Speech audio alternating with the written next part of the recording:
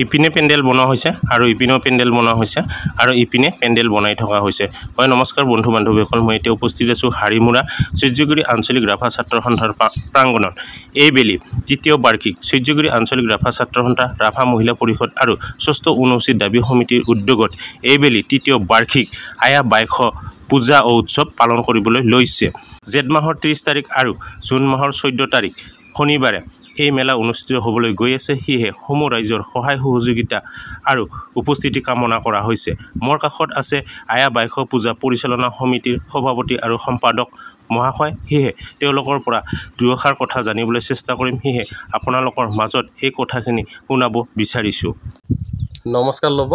তৃতীয় বাৰ্ষিক বাইশ পূজা উৎসৱ আমি এইবেলি সূৰ্যগুৰি আঞ্চলিক ৰাভা ছাত্ৰ সন্থা, ৰাভা মহিলা পৰিষদ আৰু ষষ্ঠ অনুসূচিত দাবী সমিতিৰ উদ্যোগত আৰু অঞ্চলস্থ ৰাইজৰ সহযোগত অহা 14 জুন জেঠ মাহৰ 30 তাৰিখে আমি আমাৰ এই সূৰ্যগুৰি আঞ্চলিক ৰাভা ছাত্ৰ সন্থাৰ যি প্ৰাংগণ, এই প্ৰাংগণত আমি অনুষ্ঠিত কৰিমহি।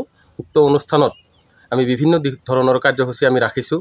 লেৱাটনা আৰু চকুত কাপোৰ বান্ধি টিং ভঙাকে আদি কৰি বিভিন্ন খেল ধেমালি থাকিব। তাৰ লগে লগে সন্ধিয়াৰ ভাগত যি এই সাংস্কৃতিক মঞ্চ, এই মঞ্চখন মুকলি কৰাৰ বাবে আমি ৰাভা হাছং সাহিত্য সাহিত্য পৰিষদৰ চিফ টংকেশ্বৰ ৰাভা ডাঙৰীয়াক আমি আমন্ত্ৰণ কৰিছোঁ। আৰু তাৰ উপৰিও আমাৰ জাতীয় সংগঠনৰ আৰচুৰ সভাপতি মতিলাল বাক্সক আৰু সম্পাদক সুভাষ ৰাভাক আমি আমন্ত্ৰণ কৰিছোঁ। তাৰ লগে লগে জিলাৰ সভাপতি সম্পাদক বা অন্যান্য সংগঠনসমূহৰ মুৰব্বীসকলকো আমি নিমন্ত্ৰণ কৰিছোঁ। আৰু সন্ধিয়া সাংস্কৃতিক এই মঞ্চখন মুকলি হোৱাৰ লগে লগে আমি এই অঞ্চলত বসবাস কৰা বিভিন্ন জাতি জনগোষ্ঠীয় যি কলা কৃষ্টিৰ এক নান্দনিক দৃষ্টি, যি বাৰেৰহণীয়া সাংস্কৃতিক অনুষ্ঠান আমি অনুষ্ঠিত কৰিম। আৰু শিল্পী হিচাপে আমি উদীয়মান ৰাভা কণ্ঠশিল্পী লুংবাৰ্ট ৰাভা, মই লুংবাৰ্ট ৰাভা আৰু সুকন্যা ৰাভাক আমি আমন্ত্ৰণ কৰিছোঁ।